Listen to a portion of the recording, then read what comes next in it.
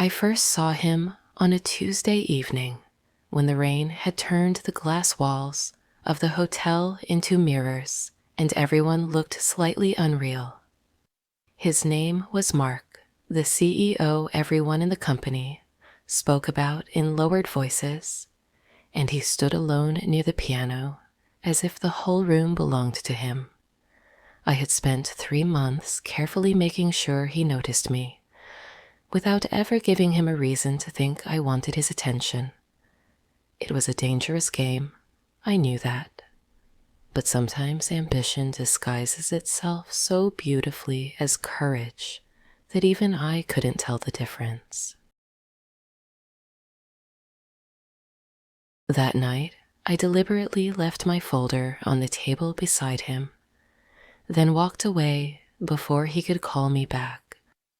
I counted to 7 before turning around, pretending to be surprised when he held it out to me with an amused smile. "You almost forgot this," he said, and his voice was warmer than I expected. For one ridiculous second, I wondered whether the universe had arranged the whole thing or whether I had simply become very good at arranging the universe myself.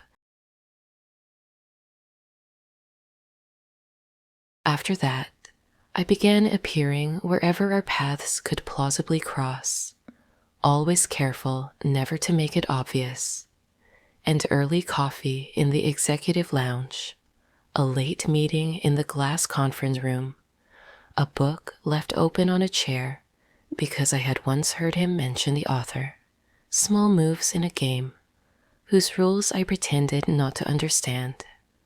And then one evening he looked at me across an empty office and said, "You always seem to be exactly where I need someone." My heart stumbled because suddenly I wasn't sure who was pursuing whom.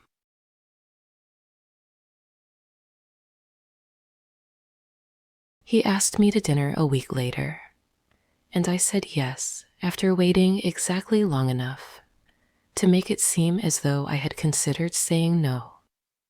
We ate at a quiet little restaurant where the candles trembled whenever the door opened, and for the first time, he wasn't the CEO or the man everyone feared disappointing. He told me about his childhood, the strange loneliness of having people want things from him all the time, and I forgot every clever line I had rehearsed. Sitting there across from him, I realized with a kind of terror that I didn't want to win anymore. I wanted him to choose me.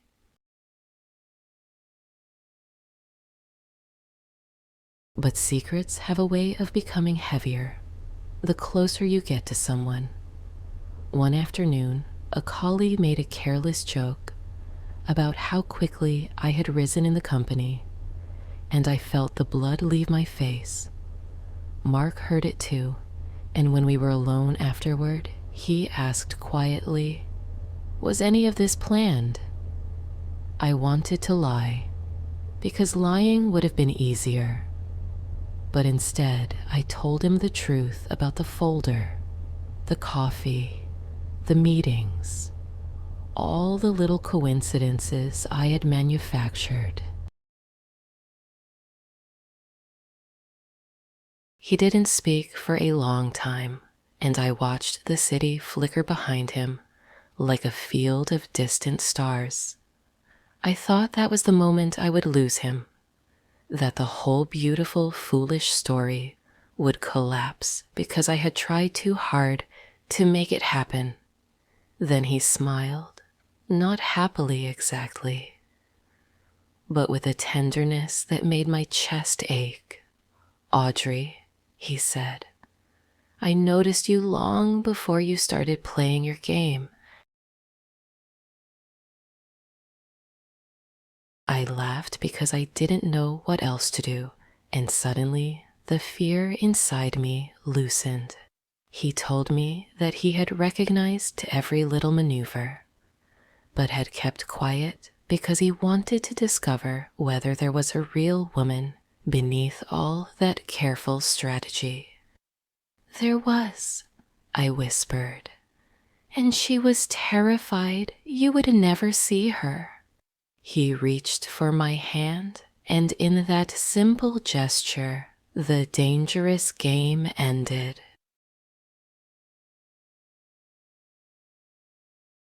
We never became the glamorous couple people imagined when they heard the words CEO and girlfriend. There were ordinary mornings, burnt toast, arguments over nothing, and evenings when neither of us had anything clever to say. But sometimes, when rain hits the windows just right, I remember that first night and wonder how close I came to losing something real by trying too hard to create it. I had played a dangerous game to become the girlfriend of the CEO, only to discover that love begins where the games stop. And whenever Mark looks at me across a crowded room with that same quiet smile, I still have the strange, impossible feeling that somewhere, somehow, the universe is smiling too.